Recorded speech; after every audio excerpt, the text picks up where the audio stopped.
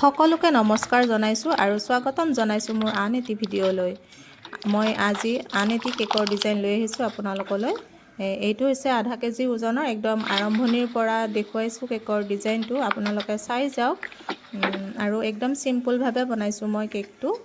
এই কেকৰ ডিজাইনটো অৱশ্যে মই আগতেও বনাইছোঁ, কিন্তু ভিডিঅ'হে আপোনালোকক দেখুওৱা নাই। আজি বাৰু ভিডিঅ' কৰি দেখুৱালোঁ আপোনালোকক। ভণ্টিগৰাকীয়ে এইটোকে কেকৰ ডিজাইন লাগিব বুলি ক'লে, মোৰ আগৰ স্ক্ৰীনশ্বট ৰাখি থৈ দিছিলে তেওঁ।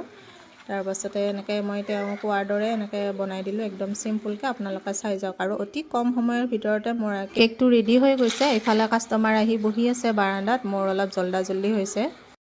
গোটেই কেকটো যিহেতু হোৱাইট কালাৰতে আছিলে, আৰু মই তলতো এনেকৈ হোৱাইট কালাৰেৰে ষ্টাৰ নজলটোৰে ডিজাইনটো বনাই দিলোঁ। আৰু ওপৰত নয়নতৰাৰ দৰে এনেকৈ ফুল দুটাই দিছোঁ, বৰ বেছি ফুল দিয়া নাই। আৰু যিটো স্প্ৰে কালাৰ থাকে, ৰেড স্প্ৰেটো কৰি দিছোঁ।